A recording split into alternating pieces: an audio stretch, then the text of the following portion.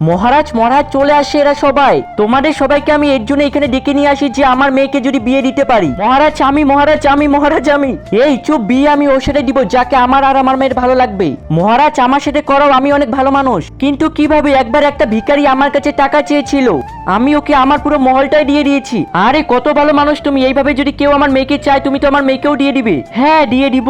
এই তুই ভাগ এখান থেকে, কোথা থেকে আসছে? এখন তুই বল মহারাজ, আমি তোমার মেয়েকে অনেক সুখে রাখবো। ওয়াও, কিন্তু কিভাবে সেটা বাবু? মহারাজ আমার 10টা বউ আছে, তুমি তাদের কাছে শুনে নাও। আরে শালা ভাগ।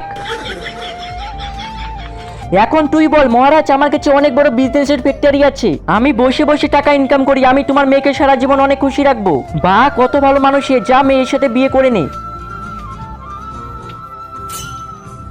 মহারাজ মহারাজ তুমি আজকে এখানে কেন আসলে? মন্টিনী দেবী মায়ের দর্শন করতে আসছি। আরে বাপরে বাপ, আমি এটা কি দেখছি? এটা কি ওর এত টাকার বিজনেস?